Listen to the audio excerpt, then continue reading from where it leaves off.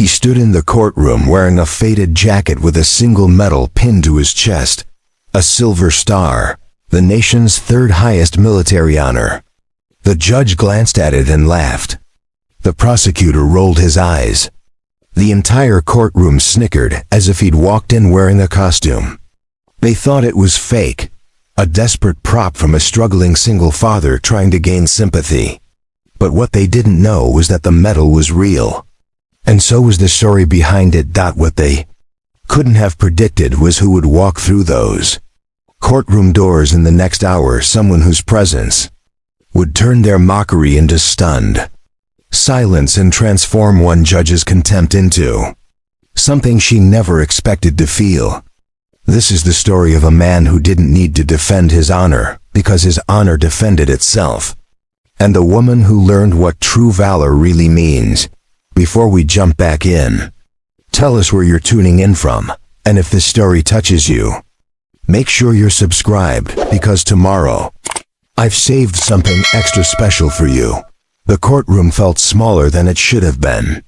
Not physically. The vaulted ceilings of courtroom 4A in the Ashford County Courthouse stretched high overhead, crowned with ornate molding from another era when justice was built to inspire awe. But emotionally, spiritually, the room had shrunk the moment Michael Miller walked through the double doors. He wore no suit, no tie, just a pair of clean jeans, scuffed work boots that had seen too many long shifts, and a canvas jacket the color of desert sand, frayed at the cuffs and collar. Pinned carefully to the left breast pocket was a single medal, a silver star, its blue ribbon slightly faded. The silver itself dulled by time, but unmistakable in shape and meaning. Michael walked alone. No lawyer at his side. No family in the gallery. Just him, a worn duffel bag slung over one shoulder. And the kind of posture that came from years of standing at attention, even when the world told you to sit down. He moved to the defendant's table, set the bag down quietly, and folded his hands in front of him. His face was calm, weathered in a way that suggested he'd seen things most people only read about. His hair was cut short, streaks of gray beginning to show at the temples. His eyes, a pale blue, scanned the room once, not with fear, but with the kind of situational awareness that never quite leaves a soldier. Behind him, the gallery buzzed with quiet chatter. A few older women whispered behind their hands. A man in a business suit checked his phone. A teenager in the back row chewed gum loudly, clearly dragged there by a parent for some lesson in civic duty. And then she entered. Judge Nadira Queleth. The room fell silent as her heels clicked sharply against the marble floor. She was in her late 30s, striking in a way that demanded attention. Not because of beauty alone, though she had that, but because of presence. Her hair was pulled back into a sleek bun, her jawline sharp, her dark eyes intelligent and unforgiving. She wore her black robe like armor, and when she ascended to the bench, it was with the confidence of someone who had never lost control of her courtroom. She settled into her chair, adjusted her microphone, and glanced down at the file in front of her. Her eyes flicked up briefly to Michael, then back down. No acknowledgement. No nod. Just a passing glance, as if he were furniture. The bailiff stood. All rise. The Honorable Judge Nadira Queleth presiding. Court is now in session. Everyone sat. Judge Queleth opened the file with a soft rustle of paper. Her voice was smooth, practiced, efficient. Case number 7824. State of Oregon versus Michael James Miller. Charges include failure to appear for a previous hearing, contempt of court, and unlawful possession of a firearm. Michael didn't flinch. He simply nodded once. The judge's eyes lifted from the page and landed on him again, this time with more scrutiny. Her gaze drifted slowly down to the medal on his chest. For a moment, her expression didn't change. Then, just barely, the corner of her mouth twitched. Not a smile. A smirk. She leaned back in her chair and folded her arms. "Mr. Miller," she said, her tone dripping with something between amusement and condescension. "I see you've chosen to represent yourself." "Yes, Your Honor," Michael replied. His voice was low, steady, the kind that didn't need volume to carry weight. "And you've also chosen to wear a costume to court." A ripple of laughter spread through the gallery. Michael's brow furrowed slightly. "Excuse me, Your Honor." Judge Queleth gestured lazily toward his chest. "The medal." "The Silver Star, is it?" "Third highest military honor, if I remember correctly from my high school history class." "Yes, Your Honor, it is." She tilted her head, eyes narrowing. "And you expect this court to believe that you, a man accused of contempt and illegal firearm possession, actually earned that medal?" The room went quiet. Even the gum-chewing teenager stopped mid-chew. Michael's jaw tightened, but his voice remained calm. "I don't expect anything, Your Honor. It's a fact." Judge Queleth let out a short, sharp laugh. "A fact, right. And I suppose you just happened to pin it on today for good luck?" "I wear it," Michael said slowly, "because it reminds me of what I'm supposed to stand for." "Uh-huh." She leaned forward now, elbows on the bench, fingers steepled. "Let me tell you what I see, Mr. Miller. I see a man who missed a court date. A man who was found with an unregistered firearm in his vehicle. A man who thinks that showing up here with a piece of costume jewelry is going to win him sympathy points." "It's not jewelry," Michael said, his voice still even. "It's a commendation for valor." "Valor," she repeated, as if tasting the word and finding it bitter. "You know what I think, Mr. Miller? I think you bought that at a surplus store for $20. I think you're trying to manipulate this court by playing dress-up as a hero." The prosecutor, a wiry man in his 40s named Gerald Hicks, barely suppressed a grin. He shuffled his papers loudly, clearly enjoying the show. Michael's hands, which had been resting calmly on the table, curled slightly into fists. Not from anger, but from restraint. He took a slow breath, then spoke. "Your Honor, with respect, I earned this medal in Helmand Province, Afghanistan. In 2011, I can provide documentation if necessary." Judge Queleth waved a dismissive hand. "Oh, I'm sure you can find something online. People forge documents all the time. It's called the Internet, Mr. Miller. Welcome to the 21st century." More laughter from the gallery. Louder this time, Michael's eyes closed for just a second. When they opened again, they were still calm, but there was something else there now. Something quiet and unshakable. "I understand you don't believe me," he said softly. "But that doesn't change what happened." Judge Queleth leaned back again, clearly satisfied with herself. "What I believe, Mr. Miller, is that you're wasting this court's time. Now let's move on to the actual charges, shall we?" She turned to the prosecutor. "Mr. Hicks, you may proceed." Gerald Hicks stood, buttoning his blazer with theatrical precision. "Thank you, Your Honor. The state will show that on the evening of April 14th, the defendant failed to appear for a mandatory hearing related to a prior traffic violation. Additionally, during a routine stop 2 weeks later, officers discovered an unregistered firearm in his vehicle. Mr. Miller has no permit, no explanation, and no respect for the law." He glanced at Michael with thinly veiled disdain. "And now he shows up here wearing what appears to be a prop, hoping to distract from the facts." Judge Queleth nodded. "Noted, Mr. Miller. How do you plead?" Michael stood slowly. "Not guilty, Your Honor." "Of course you do," she muttered, scribbling something on her notepad. "Bail is set at $5,000. We'll reconvene in 2 weeks for the courtroom doors opened, not a quiet creak. A full, deliberate push. The kind that made everyone turn their heads, and in walked someone no one expected. The man who entered wasn't tall, but he moved like someone used to being followed. His suit was dark gray, perfectly tailored, and his shoes gleamed even under the dull fluorescent courtroom lights. His hair was silver, combed back neatly, and his face carried the kind of lines that came from decades of high-stakes decisions. He wore no insignia, no name tag, but the two uniformed officers flanking him on either side made it clear. This was not an ordinary visitor. Behind him, a woman in a crisp Navy service uniform stepped through, holding a leather briefcase. Her expression was neutral, professional, but her eyes scanned the room with the precision of someone trained to assess threats in seconds. The room fell into stunned silence. Judge Queleth looked up from her notes, irritation flashing across her face. "Excuse me," she said sharply.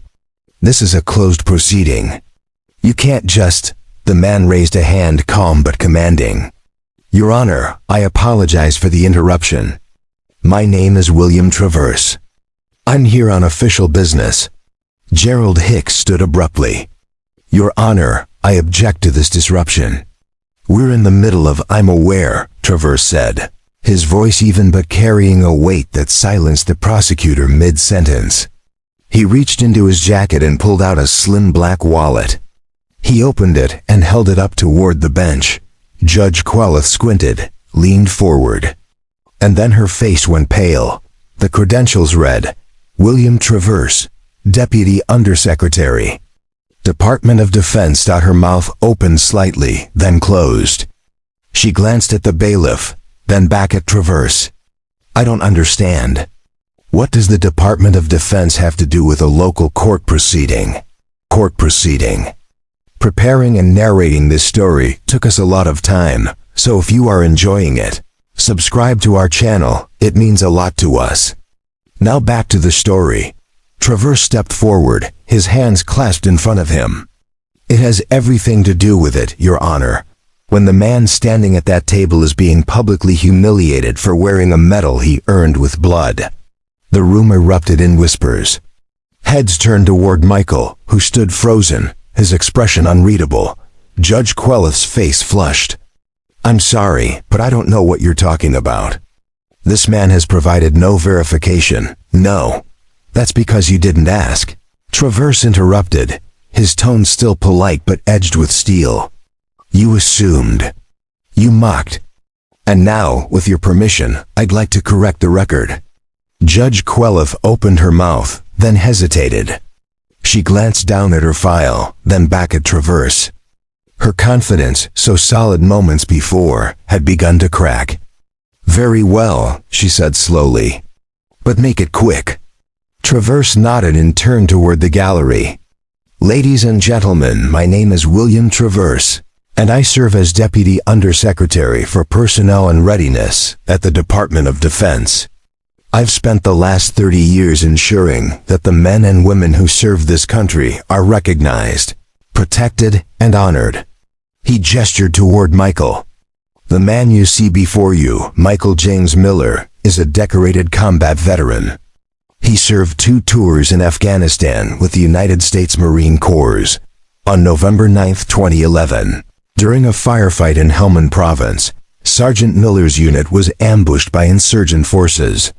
3 Marines were pinned down under heavy fire.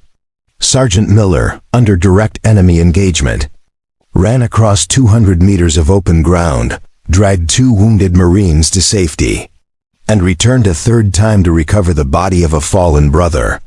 The room was silent now. Not a cough, not a shuffle, just silence. Traverse continued, his voice steady but filled with quiet reverence. He sustained shrapnel wounds to his leg and shoulder. He was bleeding. He was under fire. And he didn't stop until every Marine was accounted for. For that action, he was awarded the Silver Star for valor in combat. He turned to Judge Queleth. "The medal he wears is not a prop, Your Honor. It is a testament to sacrifice. And the fact that he was mocked for it in this courtroom is frankly a disgrace." Judge Queleth's face had gone from pale to crimson. She gripped the edge of the bench, her knuckles white. "I didn't know," she said quietly. "You didn't ask," Traverse replied, his tone softening just slightly. "And that, Your Honor, is the problem."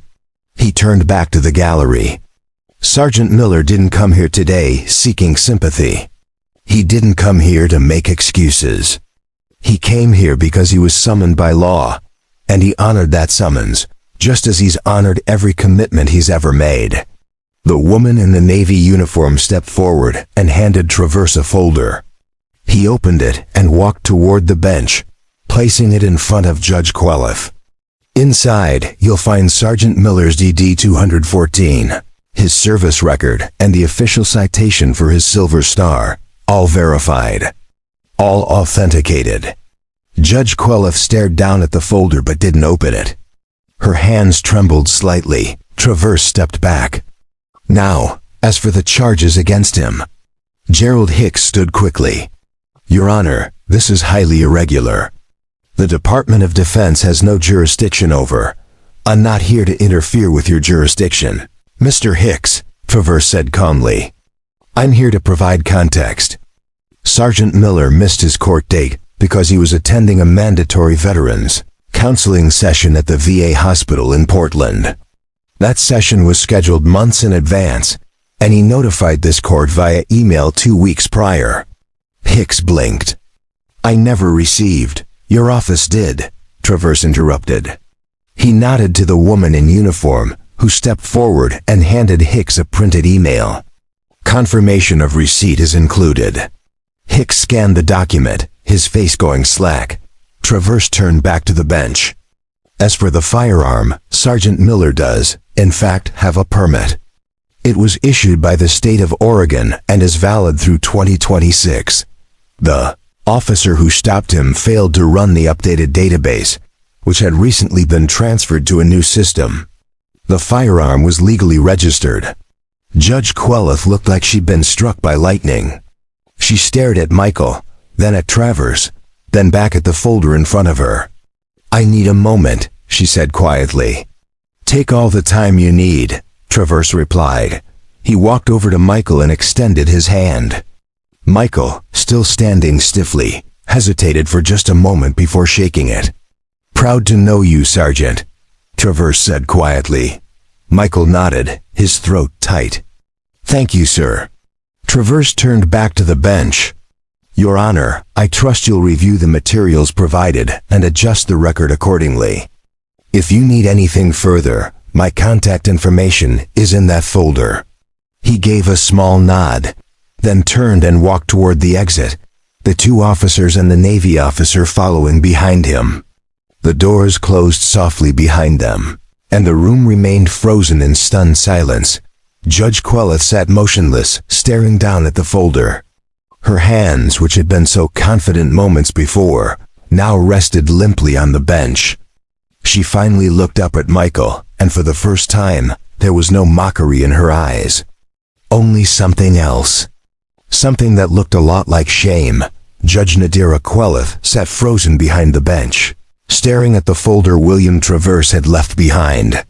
The courtroom remained deathly silent, as if everyone was waiting for her to speak, to move, to do anything that might restore the order she'd lost the moment that door had opened. But she didn't move. Not yet. Her fingers finally reached for the folder, trembling slightly as she lifted the cover. Inside was a neatly organized stack of documents, a DD 214 discharge form, a service record, a photograph of Michael Miller in full dress uniform, and at the very top, a single page with an official Department of Defense seal. Citation for the Silver Star. She read it slowly, silently, her eyes moving line by line. The words were formal, clinical, but the actions they described were anything but. Sergeant Michael J. Miller distinguished himself by exceptionally valorous actions on the 9th of November 2011, while serving as squad leader. 2nd Platoon, Bravo Company, 1st Battalion, 7th Marines. In Helmand Province, Afghanistan. During a coordinated enemy ambush, Sergeant Miller displayed extraordinary courage under fire by exposing himself to intense hostile fire to rescue 3 wounded Marines. Despite sustaining injuries, he refused medical evacuation until all personnel were accounted for. His selfless actions and unwavering dedication to his fellow Marines reflect great credit upon himself and uphold the highest traditions of the Marine Corps, and the United States Naval Service. Judge Queleth closed the folder slowly. Her jaw tightened. She looked up at Michael, who stood at the defendant's table with the same quiet composure he'd held since the moment he walked in. She opened her mouth to speak, but before she could, Gerald Hicks cleared his throat loudly. "Your Honor," the prosecutor said, rising from his seat. "While I appreciate the dramatic entrance from the Department of Defense, I'd like to remind the court that we still have charges to address. Regardless of Mr. Miller's service record, the law applies to everyone equally." Judge Queleth blinked as if pulled from a trance. She straightened in her chair, her professional mask sliding back into place, though it fit less comfortably now. "You're right, Mr. Hicks. Proceed." Hicks nodded, smoothing down his tie as he approached the center of the courtroom. He turned to face the small gallery, then back to the bench. "Your Honor, while we all respect Sergeant Miller's service, and I want to make that very clear, we cannot allow that service to overshadow the facts of this case." He began pacing slowly, deliberately. On April 14th, Michael Miller failed to appear in court as required by law. On April 28th, he was found in possession of a firearm during a routine traffic stop. Those are the facts. Those are the charges. He stopped and turned toward Michael. "Now Mr. Traverse provided some explanations, and I'm willing to examine them. But explanations are not the same as exoneration. A missed email does not erase a missed court date. A permit that wasn't immediately verified does not change the fact that the officer at the scene had reasonable cause to detain Mr. Miller." Judge Queleth nodded slowly. "Go on." Hicks walked to his table and picked up a manila folder. "I'd like to call Officer Raymond Booker to the stand." The bailiff opened the side door, and in walked a uniformed police officer in his mid-30s. He was stocky, clean-shaven, with a rigid posture and the kind of face that looked like it rarely smiled. He took the stand and was sworn in. Hicks approached him with a practiced ease. "Officer Booker, can you please tell the court what happened on the evening of April 28th? Officer Booker nodded. "Yes, sir. I was on patrol near the intersection of Oak Street and Hamilton Avenue when I observed a vehicle with a broken taillight.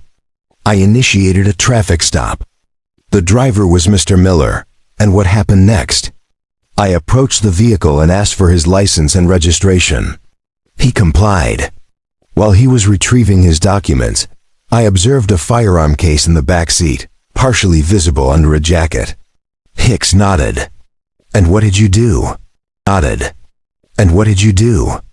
"I asked Mr. Miller to step out of the vehicle. I asked if he had a permit for the firearm. He said he did, but he couldn't locate it at that moment. I ran his information through our system, and no active permit came up. Standard protocol at that point is to secure the firearm and detain the individual for further verification. Did Mr. Miller resist?" "No, sir, he was cooperative. But he did seem agitated." Hicks turned to the judge. "Your Honor, while Mr. Miller may have had a permit, the officer had no way of knowing that at the time. The system showed no record. Officer Booker acted appropriately." Judge Queleth glanced at Michael, then back at Hicks. "Noted." Hicks returned to his seat. "Your witness, Mr. Miller." Michael stood slowly. "He didn't grab any papers. He didn't consult notes. He simply walked toward Officer Booker with the same calm, measured steps he'd used since entering the courtroom. "Officer Booker," Michael began, his voice quiet but clear. "You said you pulled me over for a broken taillight." "That's correct." "And you said you observed the firearm case in the backseat, partially visible under a jacket." "Yes," Michael nodded. "How far into the back seat?" Booker hesitated. "I'm sorry. How far back was the case? Was it on the seat or was it on the floor?" "It was on the seat, I believe." "You believe or you know?" Booker shifted slightly. "It was on the seat." Michael took a step closer. "And you said it was partially visible under a jacket. Which part was visible?" The corner of the case. So you saw a corner of a black case under a jacket and immediately assumed it was a firearm. Hicks stood. Objection. He's badgering the witness.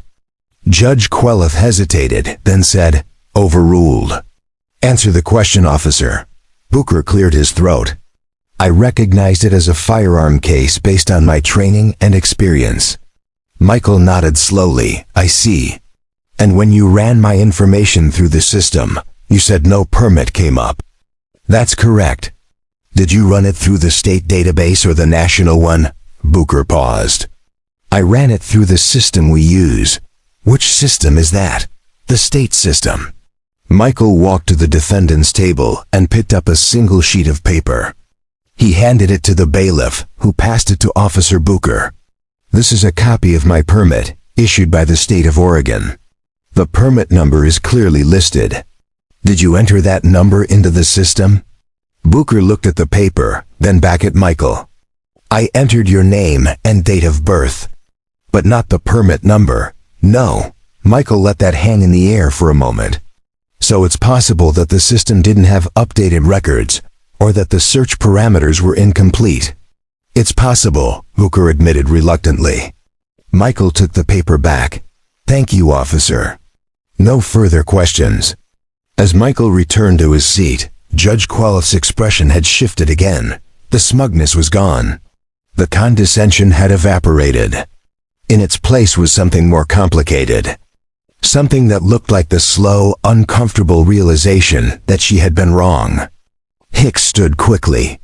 Your Honor, even if the permit issue is clarified, we still have the matter of the missed court date. Judge Queleth nodded, but her voice was quieter now. We'll address that next. She glanced at Michael one more time, and this time, when their eyes met, she didn't look away. Judge Nadira Queleth took a slow breath and straightened the papers in front of her. The courtroom had shifted somehow, the air thicker, the gallery more attentive. Even Gerald Hicks seemed less confident now, his earlier swagger replaced by a kind of cautious professionalism. She cleared her throat. Mr. Hicks, you mentioned the missed court date. I'd like to address that now. Hicks stood, buttoning his jacket. Yes, Your Honor. On April 14th, Mr. Miller was scheduled to appear for a hearing related to a prior traffic violation. He failed to appear. No call, no communication, nothing. The court issued a bench warrant as a result. Judge Queleth turned to Michael. Mr. Miller, what is your explanation? Michael rose slowly. Your Honor, I sent an email to the court clerk's office on March 30th, 2 weeks before the scheduled hearing. I explained that I had a mandatory appointment at the VA hospital in Portland that same day. I requested a reschedule and provided documentation. Hicks interjected quickly. Your Honor, we have no record of such an email. Michael reached into his duffel bag and pulled out a thin folder. He opened it and removed a printed email. This is a copy of the email I sent, along with the automatic reply I received, confirming it was delivered to the court's general inbox. He handed it to the bailiff, who carried it to the bench. Judge. Queleth put on her reading glasses and scanned the document. Her brow furrowed. She read it once, then again. Then she looked up at Hicks. Mr. Hicks, this email is addressed to the correct office and includes a read receipt timestamp. Hicks stepped forward, clearly uncomfortable. Your Honor, if I may. OUR office transitioned to a new email system in late March. It's possible that some messages were lost in the migration. Possible, Judge Queleth repeated, her tone flat. So you're telling me that the court's technical failure resulted in a bench warrant being issued against a veteran who followed proper procedure? Hicks opened his mouth, but no words came out. Judge Queleth turned back to Michael. Mr. Miller, you said you had a mandatory VA appointment. Can you provide documentation of that as well? Michael nodded and pulled another sheet from his folder. Yes, Your Honor. This is the appointment confirmation from the Portland VA Medical Center. It was scheduled for April 14th at 10 a.m. The hearing was set for 9 a.m. in Ashford, which is a 2-hour drive. I couldn't make both. He handed the document over. Judge Queleth examined it closely, then set it down beside the email. She looked at Hicks. Mr. Hicks, do you have any evidence that contradicts what Mr. Miller has presented? Hicks shifted his weight. No, Your Honor, but the fact remains that he didn't appear. Because he notified the court in advance, Judge Queleth said, her voice sharper now. And the court failed to process that notification. Hicks said nothing. Judge Queleth leaned back in her chair, her fingers drumming lightly on the armrest. She glanced at Michael, then at the medal still pinned to his chest. Her expression softened, just slightly. Mr. Miller, what was the nature of your VA appointment, if you don't mind my asking? Michael hesitated. His jaw tightened, and for the first time, a flicker of something, pain, maybe, or reluctance, passed across his face. It was a counseling session, Your Honor. For PTSD. The room went silent. Judge Queleth's drumming fingers stopped. She stared at him for a long moment, and something in her eyes changed. Not pity, but recognition, understanding. How long have you been receiving treatment? She asked quietly. 3 years, Michael said, since I came home. She nodded slowly, then turned to Hicks. Mr. Hicks, given the documentation provided and the circumstances involved, does the state wish to continue pursuing the charge of failure to appear? Hicks looked down at his notes, then back up. He exhaled. No, Your Honor. In light of the evidence, the state is willing to drop that charge. A quiet murmur spread through the gallery. Judge Queleth made a note on her pad. Motion granted. The charge of failure to appear is dismissed. Michael's shoulders relaxed just a fraction, but Judge Queleth wasn't finished. She looked back at him, her gaze steady.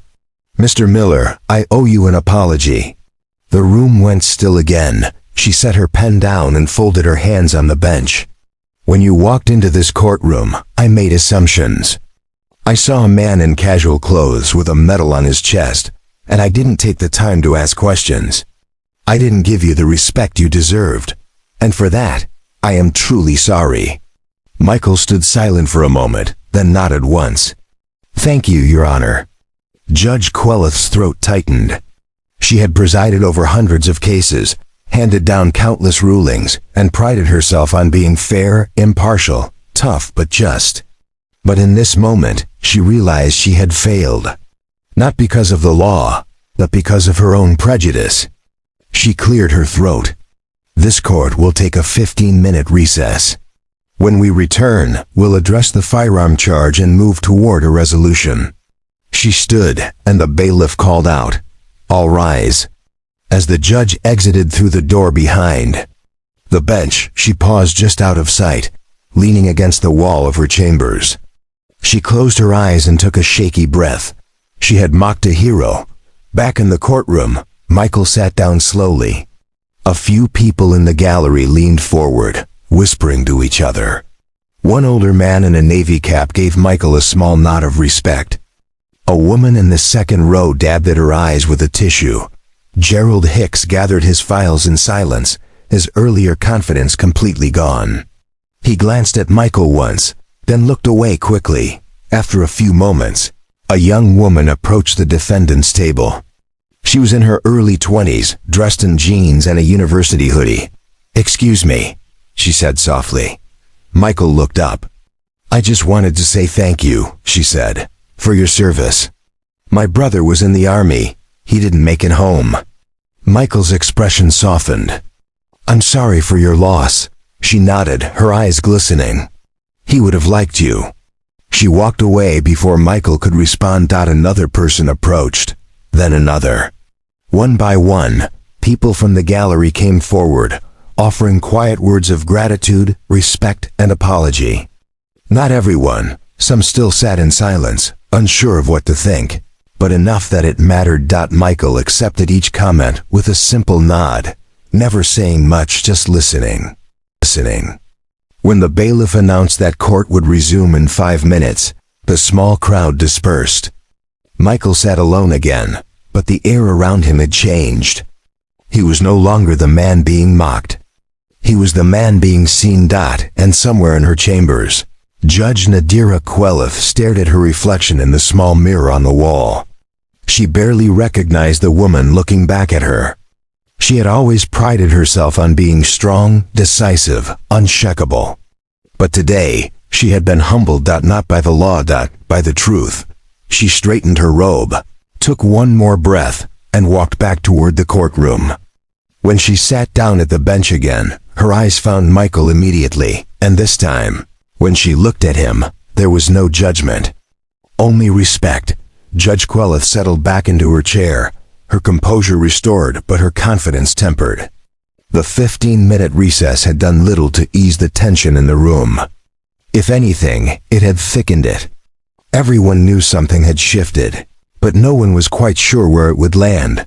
She glanced at her notes, then at Michael. "Mr. Miller, we've addressed 2 of the 3 charges against you. What remains is the matter of the firearm. Mr. Hicks, you may proceed." Gerald Hicks stood, though his movements were slower now, more careful. "Thank you, Your Honor. While the permit issue has been partially clarified, I'd like to revisit the circumstances of the stop itself." He walked toward the center of the room. Officer Booker acted on reasonable suspicion. He saw what appeared to be a weapon, and when the initial database check came back negative, he followed protocol. The question isn't whether Mr. Miller had a permit. It's whether the officer had cause to detain him in that moment. Judge Queleth nodded. "That's a fair point, Mr. Miller. Do you dispute that Officer Booker acted within his authority?" Michael stood. "No, Your Honor, I don't dispute that he was doing his job. But I do think there's more to the story." Hicks raised an eyebrow. "More to the story?" Michael looked at Officer Booker, who was still seated near the witness stand. "Officer Booker, when you pulled me over, you said I seemed agitated. Is that correct?" Booker nodded. "Yes. Did I raise my voice?" "No. Did I make any threatening gestures?" "No. So what made you think I was agitated?" Booker hesitated. "You seemed tense, nervous." Michael nodded slowly. "I was nervous. Do you know why?" Booker shook his head. Michael took a breath. "Because 3 months before that stop, I was pulled over by a different officer in a different town. That officer approached my vehicle with his weapon drawn. He ordered me out of the car, made me kneel on the side of the road, and searched my vehicle without explanation. When I asked why, he told me I matched the description of a suspect. I didn't. I was released after 20 minutes, but no apology was given. No explanation. The courtroom was silent. Michael continued, his voice steady but edged with something raw. "So yes, Officer Booker, I was nervous.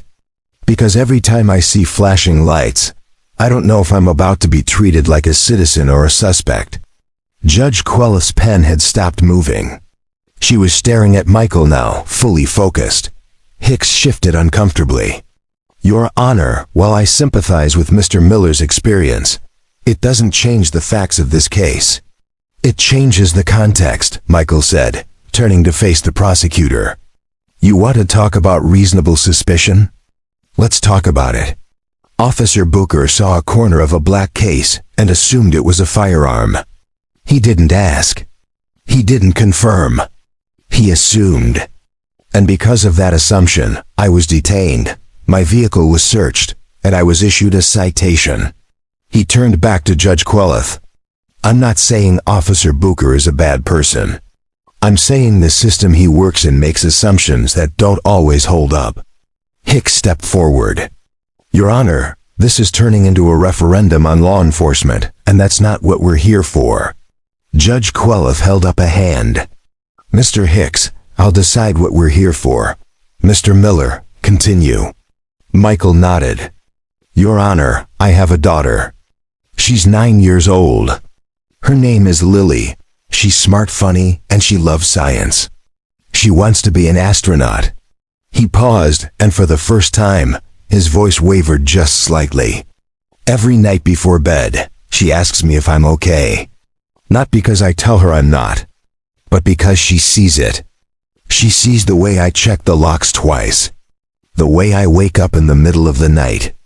The way I tense up when someone raises their voice. Judge Quelith's expression softened even further. Michael continued. I came home from Afghanistan with more than scars, Your Honor. I came home with memories I can't turn off. I came home with instincts that don't belong in a quiet neighborhood. And I came home to a daughter who lost her mother when she was 3 and needs her father to be present, not haunted. He looked down at his hands. The firearm in my vehicle isn't there because I'm a threat. It's there because I don't always feel safe. And I know that's hard for people to understand. But it's the truth. The room was completely still. Even Hicks had stopped shuffling his papers. Michael looked back up at Judge Quelith. I'm not asking for special treatment, Your Honor. I'm just asking to be seen. Not as a case file. Not as a defendant. But as a person. Judge Quelith blinked hard. Her throat tightened, and she had to look away for a moment to compose herself. When she looked back, her voice was quieter.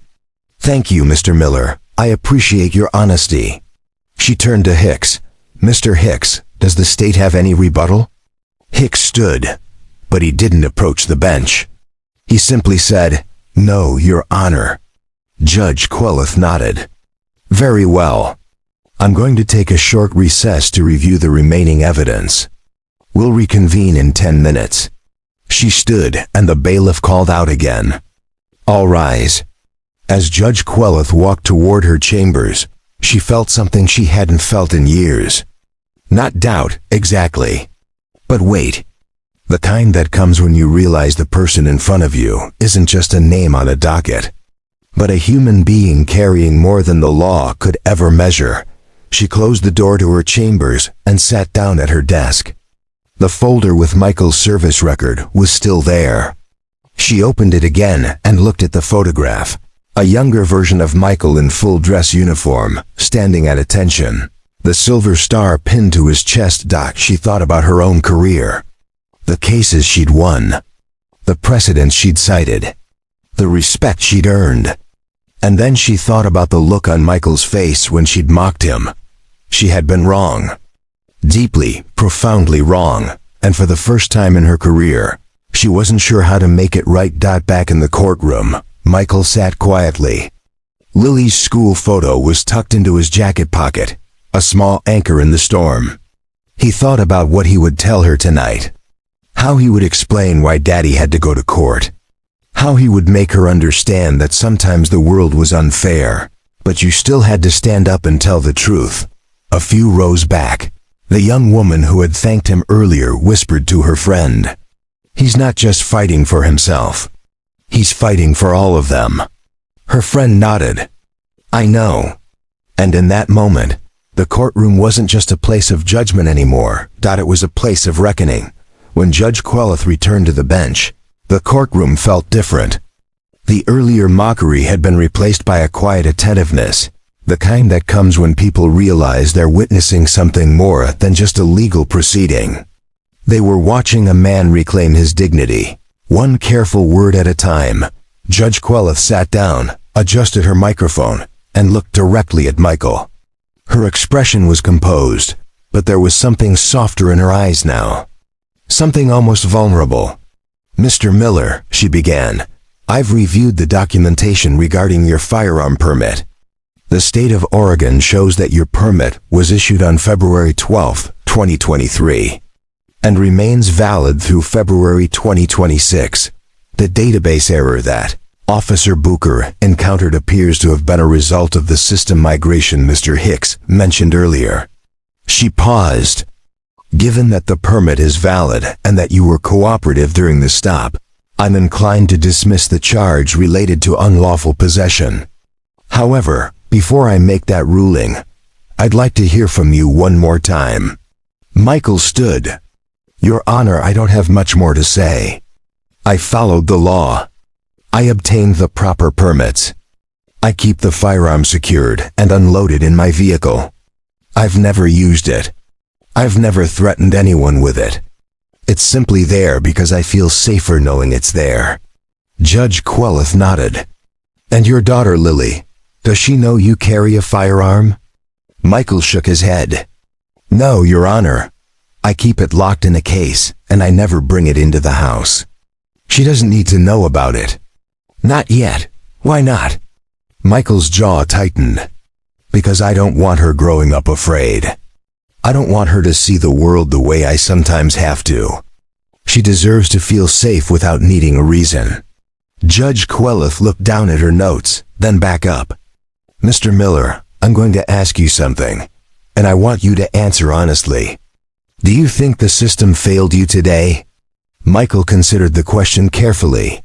I think the system is made up of people, Your Honor, and people make mistakes. Some of those mistakes come from ignorance. Some come from bias.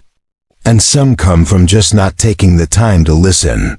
He glanced at Gerald Hicks, then back at the judge. But I also think the system can correct itself. That's why I'm here. Not to fight. Not to prove anyone wrong. Just to make sure the truth gets heard. Just to make sure the truth gets heard. Judge Queleth's chest tightened. She had spent years believing that justice was about applying the law correctly, following precedent, maintaining order. But Michael had just reminded her of something she'd forgotten. Justice was also about listening. She turned to Hicks. Mr. Hicks, does the state have any objection to dismissing the firearm charge? Hicks stood slowly. He looked at his notes, then at Michael, then back at the judge. No, Your Honor. Given the evidence, the state has no objection. Judge Queleth nodded. Then the charge of unlawful possession of a firearm is hereby dismissed. A quiet wave of relief passed through the gallery. Someone in the back whispered, "Finally." But Judge Queleth wasn't finished. She leaned forward, her voice clear and deliberate. Mr. Miller, I want to say something, and I want everyone in this courtroom to hear it. The room fell silent. When you walked in here today, I judged you. I saw a man without a lawyer, wearing a medal I didn't believe was real, and I made assumptions. I thought you were trying to manipulate this court. I thought you were using your service as a shield. Her voice wavered slightly, but she pushed through. I was wrong. And not just wrong in my assumptions, but wrong in my approach. I failed to give you the presumption of dignity that every person deserves when they stand before this bench. She looked directly at him. You served this country with honor. You sacrificed more than most of us can imagine. And instead of being met with respect, you were met with skepticism and condescension. That is unacceptable. And I take full responsibility for it. Michael stood still, his expression unreadable. Judge Queleth continued. This court exists to serve justice. But justice without compassion is just procedure. And today, I was reminded that the people who come before me aren't just case files. They're human beings with stories, with struggles, with sacrifices. She glanced down at the silver star still pinned to Michael's chest. That medal you wear represents valor. It represents courage under fire. And today, you showed that same courage, not on a battlefield, but in this courtroom. You stood your ground. You told your truth. And you did it with grace. Her voice softened. Thank you for that. And thank you for your service. Michael's throat tightened. He nodded once, unable to speak. Judge Queleth straightened. All charges against Michael James Miller are hereby dismissed. You are free to go. The gavel fell, but instead of the usual sharp crack, it sounded almost gentle. The courtroom erupted in quiet applause. Not loud or chaotic, just a steady, respectful acknowledgement. People stood. Some clapped. Others simply nodded. The older man in the navy cap saluted. Michael stood there for a moment, letting it all wash over him.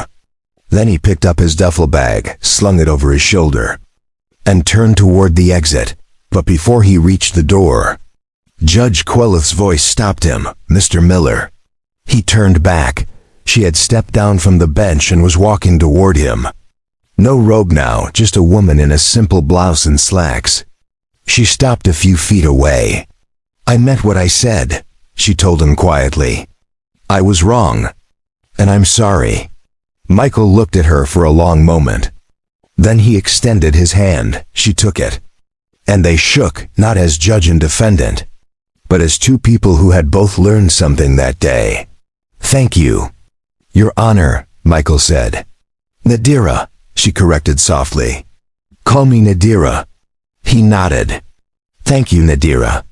She released his hand but didn't step back. "If you ever need anything at all, don't hesitate to reach out." Michael gave a small smile. "I appreciate that." He turned and walked toward the door. As he pushed it open, sunlight flooded the courtroom. Bright and warm dot, and for the first time in a long time, Michael Miller felt like he could breathe. Behind him, Nadira Queleth stood in the center of the courtroom, watching him go. She had presided over hundreds of cases. She had handed down sentences, dismissed charges, upheld laws. But today, she had learned something more important than any legal precedent. She had learned to see Dot, and as the courtroom slowly emptied, she walked back to her chambers, sat down at her desk, and pulled out a piece of paper. Dot at the top. She wrote, "What does justice really mean?" And then, for the first time in years, she didn't have an answer, but she was ready to find one. Michael Miller stood on the courthouse steps, the afternoon sun warm on his face. The weight he'd carried into that building, heavy and suffocating, had lifted. Not completely. There were some burdens that never fully disappeared, but enough that he could stand straighter, breathe deeper. He pulled his phone from his pocket and checked the time. 3:47 p.m. Lily would be getting out of school soon. He'd promised to pick her up today. Promised they'd get ice cream and talk about her day. Normal things. Simple things. The kind of things that mattered more than medals or courtrooms or anything else. He started down the steps, but a voice called out behind him. "Mr. Miller, wait." He turned. It was Nadira Queleth, no longer in her robe, moving quickly down the steps with a folder tucked under her arm. She looked different outside the courtroom, less imposing, more human. "I'm sorry," she said, slightly out of breath. "I know you probably just want to leave, but there's something I need to ask you." Michael waited. She glanced around, then stepped closer, lowering her voice. "That medal. The Silver Star. I read the citation, but citations are always so clinical, so stripped down.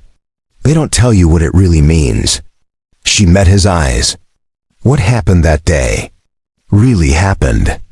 Michael looked away, toward the street where cars passed by in their ordinary rhythms. For a long moment, he didn't speak. When he finally did, his voice was quiet, almost distant, as if he were pulling the words from somewhere deep and locked away. "It was November 9th, 2011, he began. "We were on patrol in Helmand Province, moving through a village that intelligence said was clear. It wasn't." Nadira listened, not interrupting, barely breathing. "We got hit from 3 sides. RPGs, small arms fire, everything. My squad scattered for cover. I made it behind a low wall with 2 other Marines. But 3 of our guys were pinned down in the open, maybe 50 meters away. No cover, just dirt and bullets." He paused, his jaw tightening. "Our squad leader, Sergeant Torres, he tried to move toward them. Got hit in the leg before he made it 10 feet. Went down hard. The other 2, Corporal Davis and Private First Class Chun, they were trapped. Couldn't move forward, couldn't fall back." Nadira's throat tightened. She could see it in his eyes now, the memory playing out like a film he couldn't stop. "I didn't think," Michael said. "I just moved. Grabbed my rifle and ran. I don't remember deciding to do it.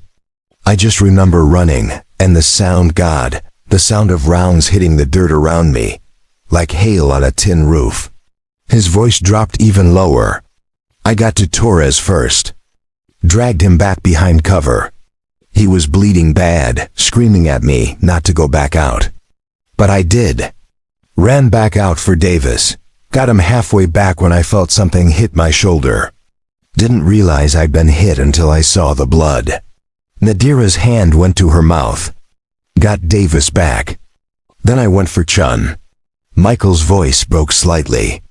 But Chun was already gone. I knew it the second I reached him. But I couldn't leave him there. I couldn't. He closed his eyes. I carried him back. Took 2 more hits, one in the leg, one that grazed my ribs. Made it behind the wall just as air support came in. Torres and Davis both survived. Chun didn't, but at least his family got to bury him. When he opened his eyes again, they were wet. That's what the medal is for.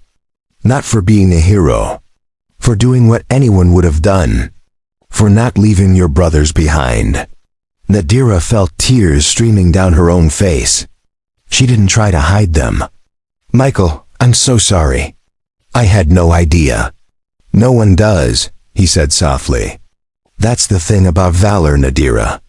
It's not something you talk about. It's something you carry. She wiped her eyes, struggling to compose herself. And you've been carrying it all this time, alone. Not alone, he said. I have Lily. She's the reason I'm still here. Nadira nodded slowly, then looked down at the folder in her hands. I need to tell you something too. Something I haven't told anyone in this courthouse. Michael waited. She took a breath. My brother was in the army, Captain James Quelef. He served in Iraq during the surge in 2007. Michael's expression shifted. Was? Nadira's voice trembled. He was killed by an IED outside Ramadi. He was 28 years old. Michael's face softened with immediate understanding. I'm sorry. I was in law school when it happened, she continued. I thought about dropping out, thought about enlisting myself, but my parents begged me not to. They'd already lost one child to the war. They couldn't lose another. She looked up at him. So I stayed. I finished school. I became a prosecutor, then a judge. And I told myself I was serving justice, honoring James by upholding the law. Her voice cracked. But somewhere along the way, I forgot what justice really means. I forgot that the law is supposed to serve people, not the other way around. I became so focused on procedure, on precedent, on maintaining order, that I stopped seeing the people in front of me. She shook her head. And today, when you walked into my courtroom wearing that medal, I didn't see a hero. I didn't see someone who'd sacrificed everything. I saw a problem. A disruption. Someone who didn't fit into my neat, orderly system. Tears streamed down her face again. And I'm ashamed of that. Because James would have been ashamed of me. Because James would have been ashamed of me. Michael reached out and gently placed a hand on her shoulder. Your brother would have been proud of you, Nadira. You did the right thing today. You listened. You learned. That takes courage, too. She looked up at him, her eyes red but searching. How do you do it? How do you carry all that pain and still show up every day for your daughter with a smile? Michael was quiet for a moment. Because she's my mission now. Torres and Davis, they made it home because I didn't give up. And Lily, she's going to make it through this life because I won't give up on her either. That's what keeps me going. Nadira nodded slowly, understanding settling over her like a weight and a relief all at once. You're not just a veteran, Michael. You're still serving. We all are, he said. Just in different ways. They stood there on the courthouse steps, 2 people who had started the day as adversaries and ended it as something else. Not quite friends, not yet, but something deeper. 2 souls who understood loss, sacrifice, and the quiet courage it took to keep moving forward. Nadira wiped her eyes one more time and straightened her posture. I meant what I said in there. If you ever need anything, please reach out. Michael nodded. I will, and Nadira? Yes, thank you. For listening. For changing your mind. That's rarer than you think. She smiled, a real smile this time, not the practiced courtroom version. Maybe we both learned something today, Maybe we did. As Michael turned to leave, Nadira called out one more time. Michael? He looked back. Your daughter, Lily. She's lucky to have you. Michael's expression softened. I'm the lucky one. He walked down the remaining steps and onto the sidewalk, heading toward his truck parked 2 blocks away. Behind him, Nadira stood watching until he disappeared around the corner. Then she looked down at the folder in her hands. Inside was a photograph she'd brought from home that morning, one she kept in her desk drawer but rarely looked at. It was a picture of her brother James in his army uniform, standing tall and proud, his smile bright and full of life. She traced her finger along the edge of the photo. I see them now, James, she whispered. I promise I see them. A breeze moved through the trees lining the courthouse steps, rustling the leaves with a sound like distant applause. Nadira took a deep breath, tucked the folder back under her arm, and walked back inside. She had cases to review, rulings to reconsider, and a whole new perspective on what it meant to serve justice. And for the first time in years, she felt like she was finally doing it right. Michael pulled into the parking lot of Brookside Elementary School at exactly 3:58 p.m. The bell hadn't rung yet, but parents were already lining up in their cars, engines idling, eyes on the front doors. He parked toward the back, away from the rush, and waited. His shoulder ached where the old shrapnel wound sometimes flared up, especially after stress. He rolled it slowly, wincing slightly, then reached into the glove compartment and pulled out a small bottle of ibuprofen. He dry swallowed 2 pills and leaned back against the headrest. The metal was still pinned to his jacket. He looked down at it, running his thumb over the raised silver star. He thought about taking it off, putting it away, tucking it back into the box where it usually lived. But something made him leave it there. Not pride, not defiance, just acceptance. The bell rang. Within seconds, the front doors burst open and a flood of youngsters poured out, backpacks bouncing, voices chattering, a chaotic wave of energy and youth. Michael scanned the crowd, and then he saw her. Lily. She was near the middle of the pack. Her brown hair pulled into a lopsided ponytail. Her pink backpack covered in space-themed patches, rockets, planets, stars. She was talking animatedly to another girl, her hands moving in big gestures, probably explaining some new fact she'd learned about black holes or the Mars rover. Michael smiled. That was his girl. Curious, bright, unstoppable. She spotted his truck and her whole face lit up. She broke away from her friend and ran toward him, backpack bouncing wildly. Michael got out and crouched down just in time to catch her in a hug. Daddy! She squealed, wrapping her arms around his neck. Hey kiddo, he said, lifting her slightly off the ground. Miss me? Always, she said, pulling back to look at him. Then her eyes dropped to the metal on his chest. Her brow furrowed. What's that? Michael set her down gently. It's something I got a long time ago. Before you were born. Is it like a trophy? Sort of. It's for something I did in the Marines. Lily tilted her head, studying it closely. Did you save someone? Michael hesitated. He'd never told her the full story. He'd never wanted to burden her with the weight of war, the reality of what he'd seen and done. But as he looked into her wide, trusting eyes, he realized she deserved to know. Not all of it, not yet, but enough. Yeah, he said softly. I helped some friends when they were in trouble. Were you scared? He nodded, terrified. But you did it anyway? I did. Lily looked up at him with an expression far too wise for a 9-year-old. That's what makes you brave, Daddy. Being scared and doing it anyway. Michael's throat tightened. He pulled her into another hug, holding her close. When did you get so smart? I've always been smart, she said matter-of-factly. You just didn't notice. He laughed, a real, full laugh that felt like sunlight breaking through clouds. Fair enough. Come on, let's get that ice cream I promised you. They climbed into the truck and Michael started the engine. As they pulled out of the parking lot, Lily chattered about her day. About the science experiment they'd done with vinegar and baking soda. About how her friend Emma had accidentally launched her volcano across the classroom.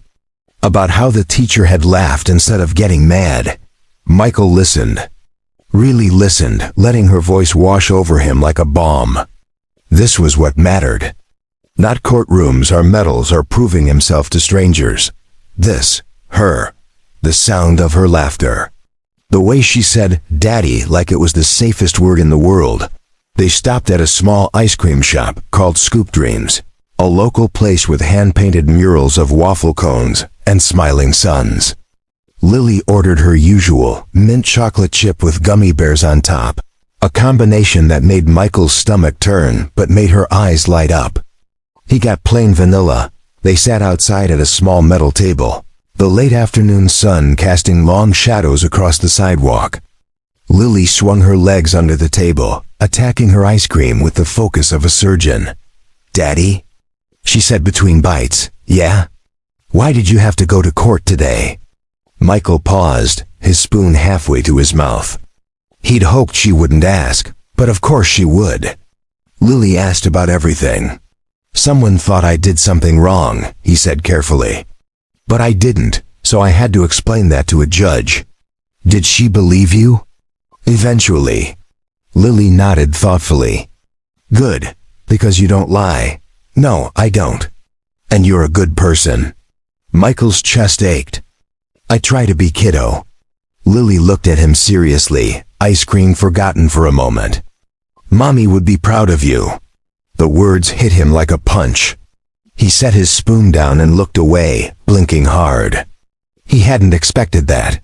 He never expected it when Lily brought up her mother, but she did sometimes, in these quiet, piercing moments that left him breathless.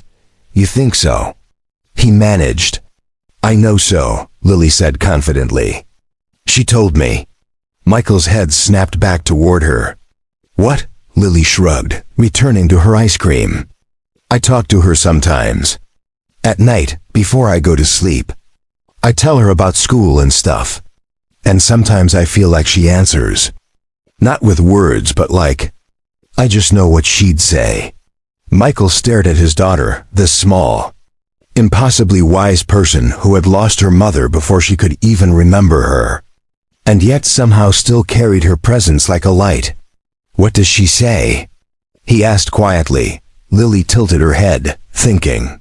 "She says you're doing a good job. That I'm lucky to have you.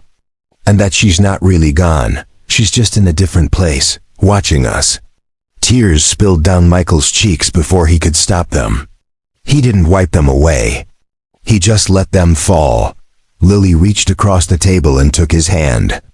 "It's okay to cry, Daddy. Mrs. Parker says crying means you have feelings, and feelings are good." Michael laughed through his tears. "Mrs. Parker sounds pretty smart." "She is. She's my teacher." He squeezed her hand gently. "I love you, Lily. More than anything in the world." "I love you too, Daddy." They sat there for a while longer, finishing their ice cream in comfortable silence. Around them, the world moved on, people walking by, cars passing, the sun inching lower in the sky. But in that moment, at that small metal table outside Scoop Dreams, Michael Miller felt something he hadn't felt in a long time. Peace. When they finally got back in the truck, Lily asked if they could listen to her favorite song. Some pop tune about stars and dreams that she'd been obsessed with for weeks. Michael turned it on, and she sang along loudly and off-key. Her joy so pure and unfiltered, it made his heart ache in the best way. As he drove them home. Past familiar streets and neighborhoods, past the courthouse where he'd stood that morning feeling small and judged. He realized something. He hadn't needed the courtroom to validate him. He hadn't needed the judge's apology or the prosecutor's dismissal, or even William Traverse walking through those doors. What he'd needed was already sitting beside him, singing at the top of her lungs, covered in ice cream stains. Completely and utterly his. That was his mission now. That was his purpose. Not the battlefield. Not the medal. Not the past, her. The medal. Not the past, her. And as long as he had her, as long as she looked at him with those trusting eyes and called him Daddy, he knew he'd be okay. They both would be. When they pulled into the driveway of their small house, Lily unbuckled her seatbelt and turned to him. "Can we have pancakes for dinner?" Michael smiled. "Absolutely. With chocolate chips? Is there any other way?" She grinned and jumped out of the truck, running toward the front door. Michael followed more slowly, his body tired, but his heart lighter than it had been in months. As he unlocked the door and stepped inside, he looked back once more at the medal still pinned to his jacket. Then he carefully unpinned it, walked to the small shelf in the hallway where a framed photo of his late wife sat, and placed the medal beside it. "We're okay," he whispered. "We're going to be okay." And for the first time in a long time, he believed it. 3 days had passed since the courtroom. 3 quiet, ordinary days filled with pancakes and homework, bedtime stories and morning cartoons. Michael had gone back to his job at Henderson's Auto Repair, turning wrenches and changing oil, letting the rhythm of simple work settle his mind. Lily had gone back to school, come home with stories about fractions and recess, and fallen asleep each night clutching her stuffed astronaut bear. Life had returned to normal. Or so Michael thought. It was Friday afternoon when his phone rang. He was under a Toyota Camry, replacing a worn serpentine belt, his hands covered in grease. He almost didn't answer, but something made him slide out from under the car and wipe his hands on a rag. The number was unfamiliar. He hesitated, then answered. "Hello? Mr. Miller? This is Nadira Queleth." He straightened. "Judge Queleth. I mean Nadira, hi." There was a pause, then her voice came through, warmer than he remembered. "I hope I'm not interrupting your day."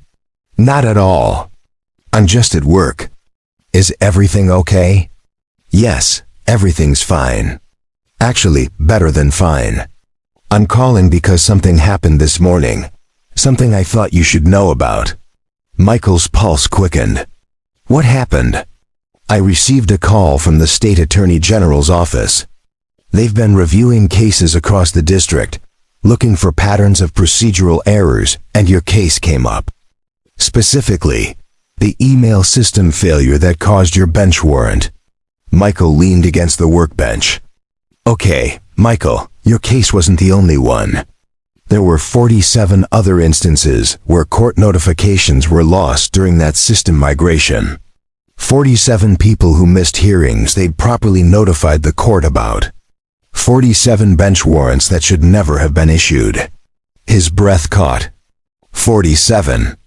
"Yes, and because of what happened in your hearing, because of the documentation you provided and the attention your case received, the Attorney General's office has launched a full review. They're working to overturn every wrongful warrant and expunge the records." Michael didn't know what to say.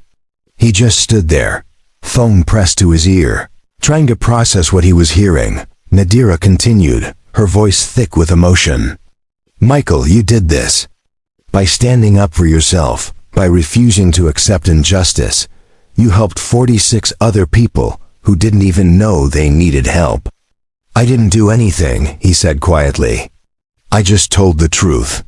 That's exactly what you did. And sometimes that's everything."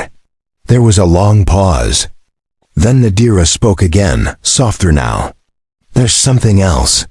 The Attorney General wants to meet with you. They're putting together a task force to review systemic issues in the court system, and they want your input. They want to hear your perspective." Michael's mind spun. "My perspective? I'm just a mechanic. I'm not a lawyer. You're someone who lived through the failure of the system and found a way to fix it. That makes you exactly the kind of person they need." He rubbed his face with his free hand, smearing a bit of grease on his cheek without realizing it. "I don't know, Nadira. I'm not good with all that official stuff. I just want to take care of my daughter. I understand. And I told them you might say that. But Michael, think about it. How many other veterans are out there right now, struggling with PTSD, dealing with the VA, trying to navigate systems that weren't built with them in mind? How many of them don't have the knowledge or the courage to stand up the way you did? Her voice grew more urgent. You have a chance to make a real difference. Not just for yourself, not just for those 47 people, but for everyone who comes after you. Michael closed his eyes. He thought about Torres and Davis, about the men he'd carried out of that firefight. He thought about Chun, whose body he'd refused to leave behind. He thought about every Marine he'd served with, every veteran he'd met at the VA who looked tired and defeated, ground down by bureaucracy and indifference. And he thought about Lily, growing up in a world that might be just a little bit better if someone stood up and tried to fix it. "Okay," he said finally. "I'll meet with them." He could hear the smile in Nadira's voice. "Thank you, Michael. I'll send you the details. The meeting is next Tuesday at the State Capitol building in Salem. I'll be there. And Michael? I'll be there too. You won't be alone in this." Something warm spread through his chest. "Thank you, Nadira. For everything. No, thank you." After he hung up, Michael stood in the garage for a long moment, staring at the phone in his hand. Around him, the familiar sounds of the shop continued. The hiss of air compressors, the clang of tools, the low murmur of a radio playing classic rock. His coworker, Danny, a stocky man in his 50s with permanent oil stains on his coveralls, walked over. "Everything okay, Miller?" Michael looked up. "Yeah, actually, I think it might be." Danny raised an eyebrow. "You look like you just saw a ghost." "Not a ghost," Michael said slowly. "More like a door I didn't know was there." Danny clapped him on the shoulder. "Well, whatever it is, good for you, man. You deserve some good news." Michael nodded and returned to the Camry, sliding back under the chassis. But as he worked, his mind was elsewhere. Already thinking about what he would say at that meeting, about how he could help, about what doors might open if he just kept walking through them.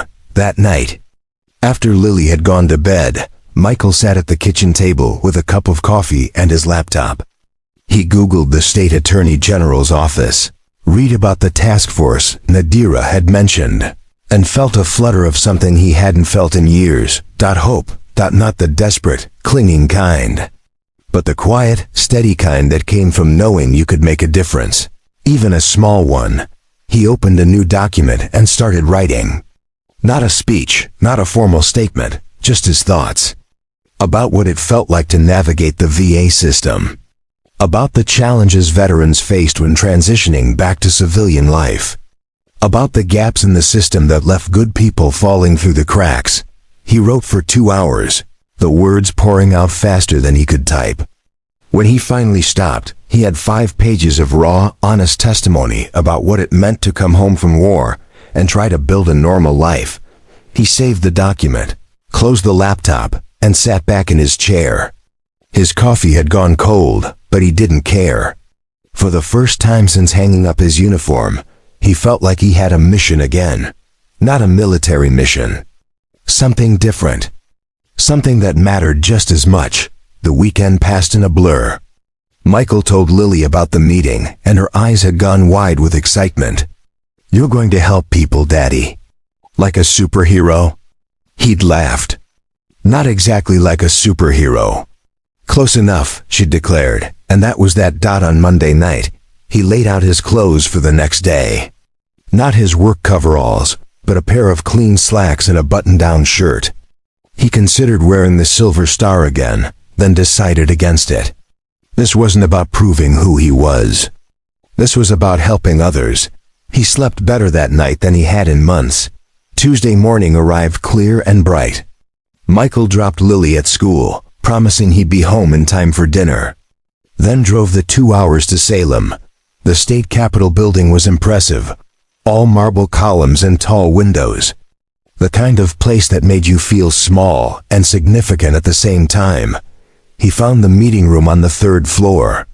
Nadira was already there, standing near the window in a sharp gray suit, talking quietly with a man in his 60s with silver hair and kind eyes. When she saw Michael, her face broke into a genuine smile. "Michael, I'm so glad you came." She introduced him to the man, Howard Preston, the state attorney general, who shook his hand firmly. "Mr. Miller, it's an honor. Judge Queloff has told me about your case, and I have to say, what you did took real courage." Michael shook his head. "I just did what needed to be done." "Exactly," Preston said. "And that's why we need you here." Over the next 3 hours, Michael sat at a table with a dozen other people, lawyers, judges, veterans advocates, policy experts, and told his story. He talked about the courtroom, about the email that got lost, about the firearm stop that should never have happened. He talked about the VA, about PTSD, about the invisible barriers that made it hard for veterans to ask for help. And people listened. Really listened. They took notes. They asked questions. They thanked him for his honesty. When the meeting finally ended, Preston shook his hand again. "Mr. Miller, we're going to use your testimony to draft new policies. Better notification systems. Better training for law enforcement. Better coordination with the VA. This is just the beginning, but it's an important beginning. And it wouldn't be happening without you. And it wouldn't be happening without you." Michael felt a lump in his throat. "I hope it helps." "It will," Preston said firmly. "I promise you, it will." As Michael walked out of the building with Nadira beside him, the afternoon sun warm on his face, he felt something shift inside him. The weight he'd been carrying, the burden of the past, it was still there. It always would be. But it felt lighter now, shared. "Thank you for believing in me," he said to Nadira. She stopped and turned to face him. "Michael, I didn't believe in you at first. But you made me believe. You showed me what real courage looks like. And I'll never forget that."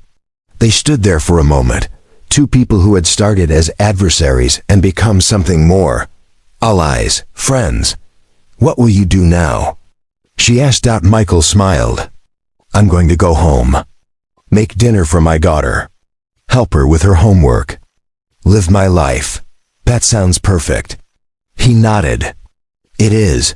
As he drove home, the highway stretching out before him, Michael thought about everything that had happened. The courtroom. The dismissal. The meeting. The change. And he realized something. He'd won. Not just the case. Not just his freedom.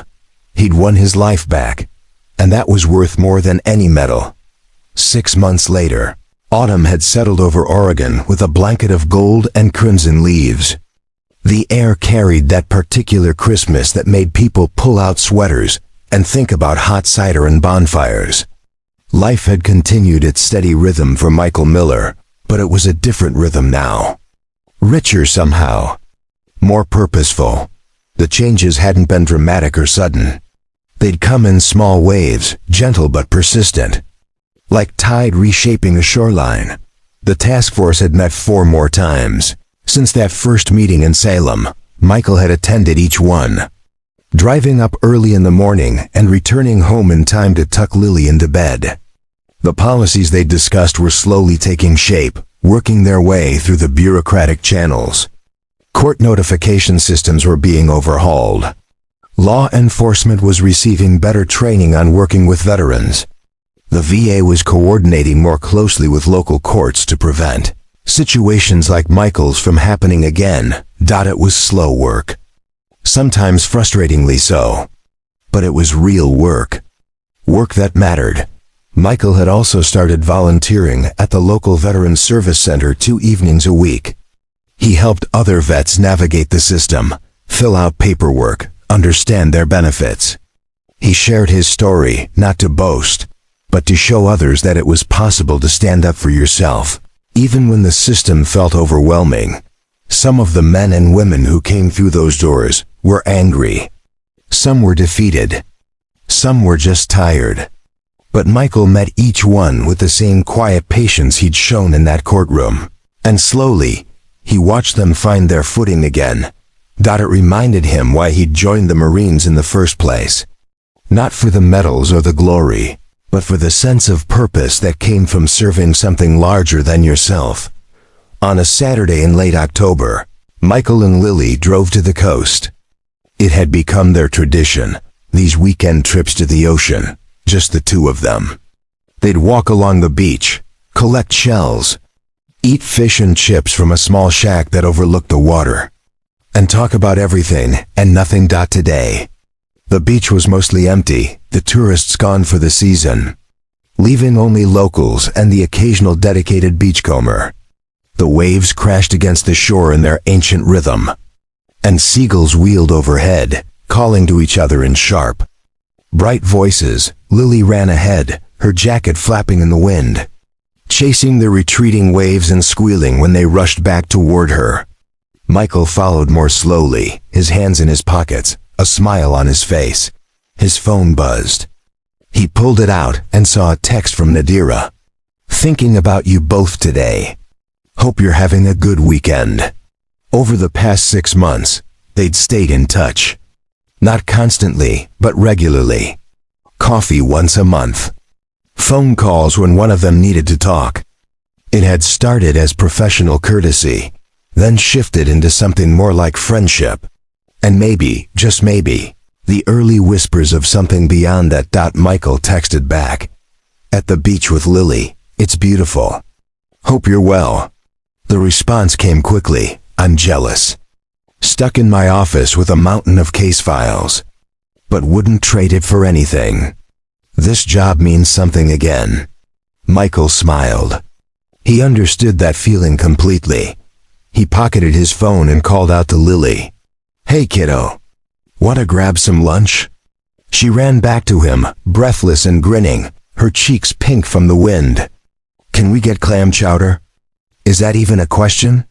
They walked to the fish shack, ordered their food, and sat at a weathered picnic table overlooking the ocean. Lily attacked her chowder with enthusiasm while Michael picked at his fish and chips. Content to watch her and listen to her chatter about school, about the book she was reading, about her plan to build a model rocket for the science fair. "Daddy?" she said suddenly, looking up from her bowl. "Yeah? Are you happy?" The question caught him off guard. He set down his fork and looked at her, really looked at her. Her brown eyes, so much like her mother's, were serious and searching.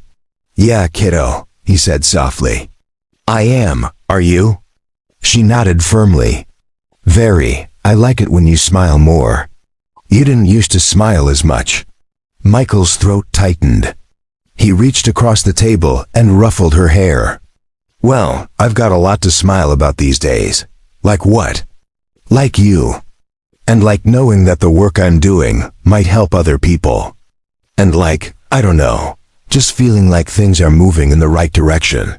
Lily considered this, then nodded sagely.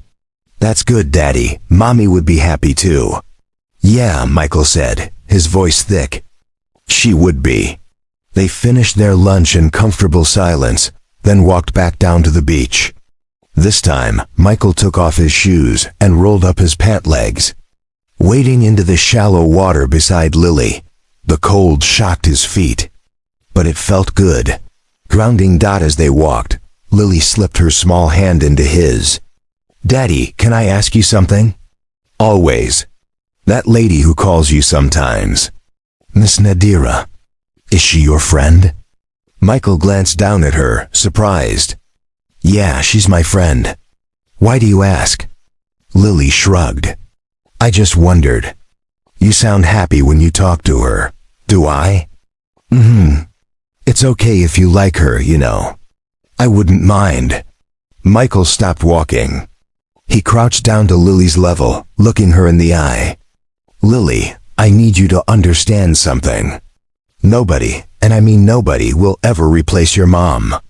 She was the love of my life, and she always will be." Lily nodded seriously. "I know that, Daddy. But," Michael continued carefully, "that doesn't mean I can't have other people in my life who are important to me. Does that make sense? Like how I love you the most, But I also love Grandma and Mrs. Parker and Emma. Michael smiled. Exactly like that. Lily grinned. Okay, I just wanted to make sure. Because Miss Nadira seems nice, and I think you should have more friends. When did you get so wise? I've always been wise, she said, echoing her earlier declaration. You just keep forgetting. Michael laughed and stood up, taking her hand again.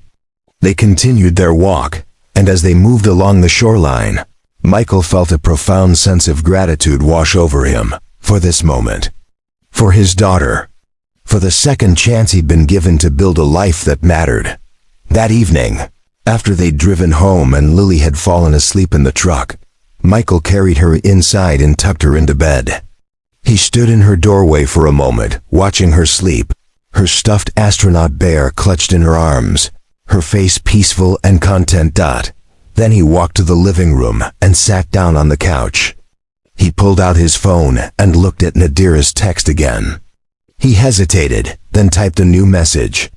Lily asked about you today. Asked if you were my friend. I told her yes. But I've been thinking, and I'd like you to meet her properly. Maybe dinner sometime? No pressure. Just thought it might be nice.